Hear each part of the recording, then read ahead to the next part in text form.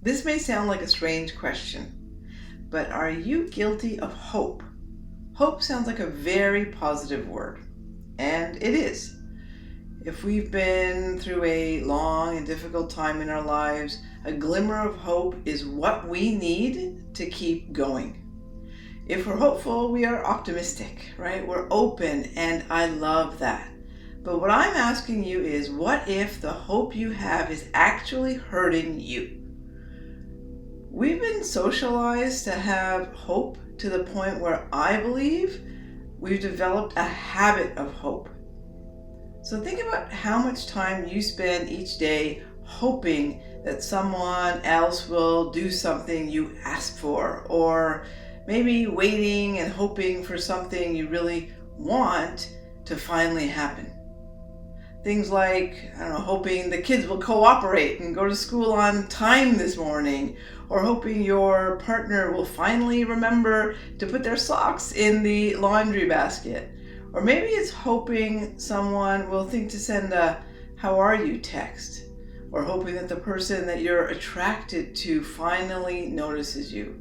Or finally, maybe you're even hoping for something big to happen, like the job you hope to be offered. Can you think of a few more? Because to me, the list goes on and on and on.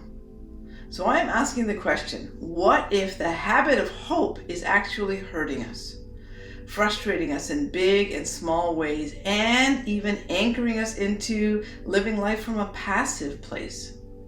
From my clinical practice as a psychologist and simply as a human, I've seen how chronic hope often results in disappointment. Why? Well, let me illustrate. So let's look at the parenting example. How many of us wake up hoping today is the day our children are finally going to cooperate and we're going to get out the door on time for school? But what usually happens? Well, even though we set the alarm, earlier than usual, somehow it's already after 8 a.m. and we are rushing. We are stressed, our voice becomes high-pitched, and absolutely no one is listening. Result, another disappointing and frustrating morning. The habit of hope led us to hope today would be different. And no surprise, it wasn't. Hoping for something different in our own lives or hoping for change from another person has a passive energy to it. I'd even say a helpless energy. And it leaves us disappointed, frustrated, and sometimes even feeling down.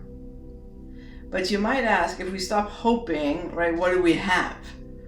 No hope sounds pretty dismal. I totally agree with you. It sounds bleak. But what if we replace the habit of hope with something that helps us become proactive? A habit that not only fosters action in our lives, but also creates a foundation of security, soothing, love, and confidence. A habit that finally shifts us away from spinning in disappointment. Does that sound interesting to you? So I am super excited to introduce a practice that I've been creating, and it's called the Habit of Heart. A habit where you put your heart into it. Remember, when we are in the habit of hope, we are being passive. When we put our heart into something, we are taking action. We are taking the lead. So through my years as a psychologist, I have always worked with clients on discovering and developing their inner child. I develop group transformation programs specifically to help grow that part, which to me is heart. So the Habit of Heart is a culmination of all my years of clinical work and personal growth combined with research-based concepts and strategies.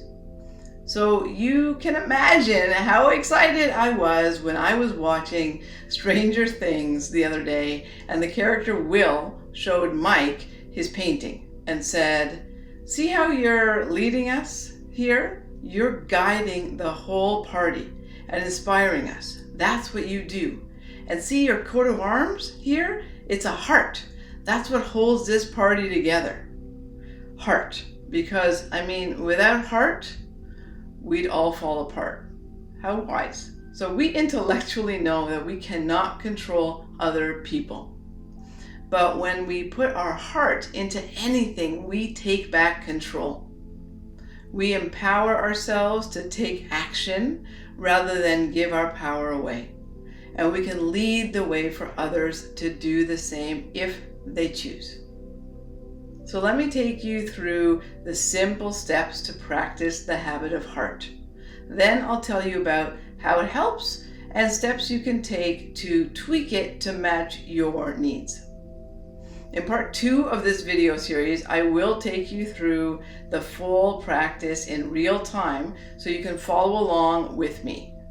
Now you may be tempted to jump to part 2 now, but please finish watching this video before going to part 2 so that you have an understanding of the process. Now sometimes the first time we do the practice, it can feel uncomfortable. Like anything new, that is normal. So in video 3 of this series, I'll take you through alternate ways to help you use the practice so it works for you. We'll be incorporating the 4-7-8 breathing technique developed by Dr. Andrew Weil in this practice. So for now, please just listen to the instructions and you can do the actual habit of heart practice in video 2 along with me. So step 1. Think of or find a photograph of yourself when you were young.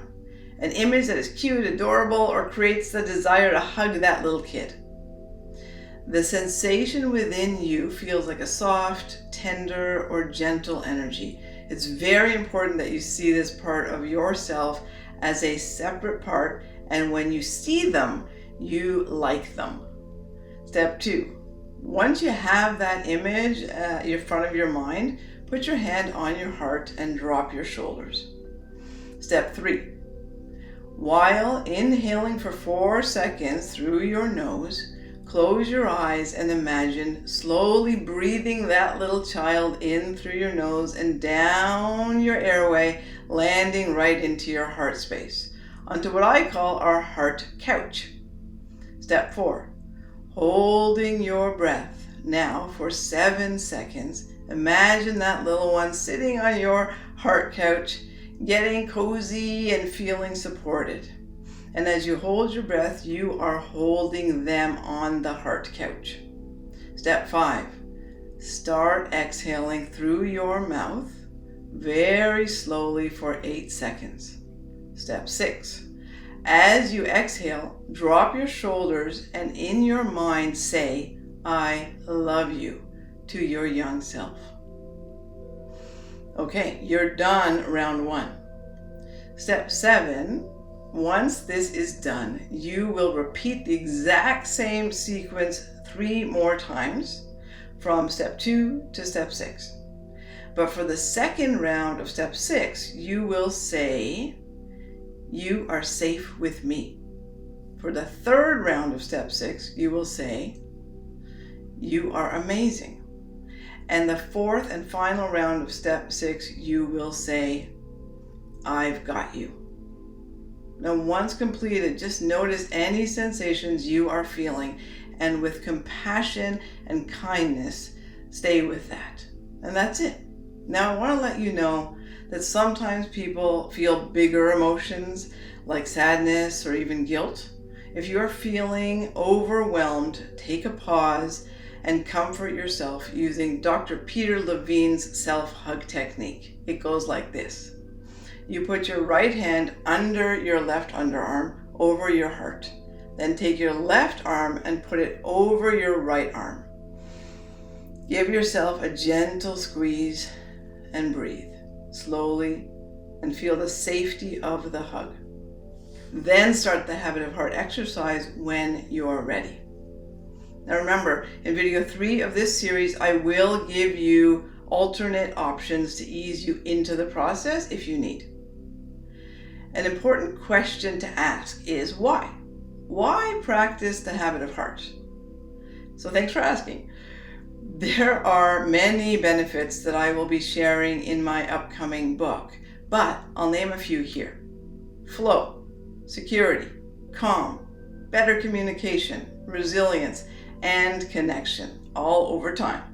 Right? Remember the parenting example? When we regularly practice the habit of heart to start our day, we are creating calm within our body, connecting with our amazing young self, feeling a sense of security as we get moving, which all helps us to communicate better and achieve more flow in our day.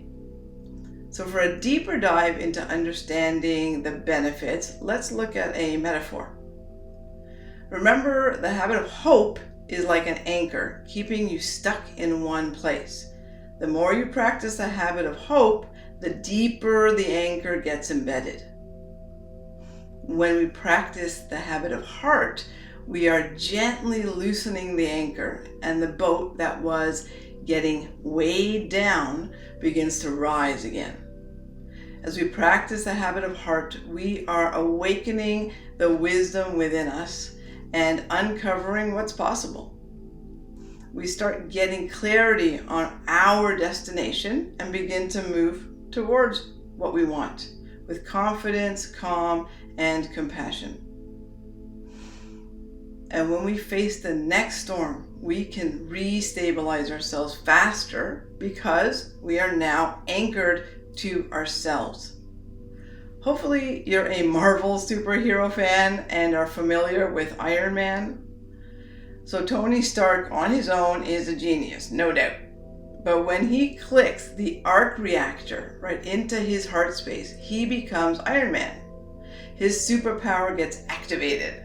Now, if you look at my logo in the bottom corner, you'll see I have a little heart integrating with our adult heart. Like Tony Stark, inserting his arc reactor to become a superhero, when we practice the habit of heart, we are activating our superpowers, activating what I call our super heart. So I can't wait to see you in video 2 where you can follow along with me, where we can practice every day together.